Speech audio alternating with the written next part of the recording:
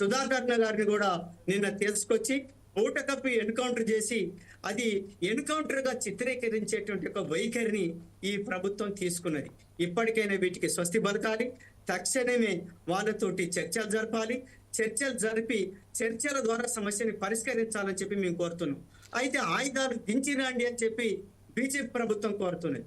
ఆయుధాలు దించిరావటం కాదు, ఆ ఆయుధాల సమస్యను కూడా ఏజెండాకి తీసుకొని ఏజెండాలో చర్చించుదాం అని చెప్పి వాళ్ళ మావోయిస్టులు అంటున్నారు. మరి నువ్వు ఎందుకు చర్చలకి రావటం లేదు, చర్చలకి ఎందుకు పూనుకోవటం లేదు అనేటువంటిదంటే, చర్చలు అనేటువంటివి జరిగితే ఈ సంపద తీసుకెళ్లటేందుకు అది సాధ్యం కాదు. కార్పొరేటు లేదా సామ్రాజ్యవాద కంపెనీలతోటి కొన్ని ఒప్పందాలు చేసుకున్నది.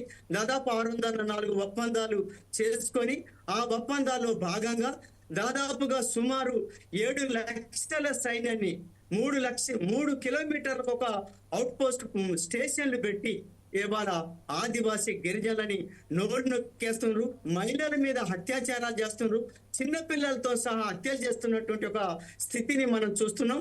ఇవన్నీ రాజ్యాంగం వ్యతిరేకంగా జరిగేటువంటి ఒక చర్యలు. ఈ చర్యని భారత ప్రజానీకం అంతా కూడా ఖండించాల్సిందిగా ప్రజాస్వామికవాదులు కోరుతున్నాం. వీరు భారత పౌరులు. ఇవాళ పాకిస్తాన్ తీవ్రవాదులతోటి లేదా పాకిస్తాన్ తోటి చర్చలు జరుపుతున్నాయి. భారతదేశ గడ్డ మీద పుట్టి భారతదేశ పౌరులు ఉన్నటువంటి వాళ్ళు మూలవాసులైనటువంటి ఆదివాసుల కోసం, వాళ్ళ హక్కుల కోసం పోరాడుతూ తమ రక్తాన్ని చిందిస్తూ ప్రాణాలు అర్పిస్తూ తమ త్యాగాన్ని కొనసాగిస్తున్నటువంటి ఈ రోజు విప్లవకారులైనటువంటి మావోయిస్టులతోటి ఈ ప్రభుత్వం ఎందుకు చర్చలకి రావటం లేదు అనేటని చెప్పి మేము ప్రశ్నిస్తున్నాం. ఖచ్చితంగా ఈ చర్చలకు వచ్చేటువంటి విధంగా దేశంలో ఉండేటువంటి విద్యార్థులు, మేధావులు, ప్రజానీకం మొత్తం ఈ కేంద్ర ప్రభుత్వం మీద తగిన విధంగా ఒత్తిడి చేసి చర్చలు జరిగేటువంటి విధంగా పూనుకోవాలి. బూటకపు ఎన్కౌంటర్లను తక్షణమే ఆఫ్ చేయాలి. అక్కడ ఏర్పాటు చేసినటువంటి సైన్యాన్ని వెనక్కి తీసుకురావాలి, మధ్య భారతంలో ఉన్నటువంటి సైన్యాన్ని.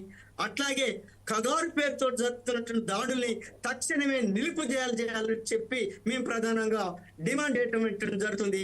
ఇట్లాంటిది లేకుండా ఇదే వైఖరి అనుసరిస్తే మాత్రం ప్రజా ఉద్యమాలు తీవ్రతరం అవుతాయని చెప్పి ఈ సందర్భంగా స్పష్టం చేస్తున్నాం.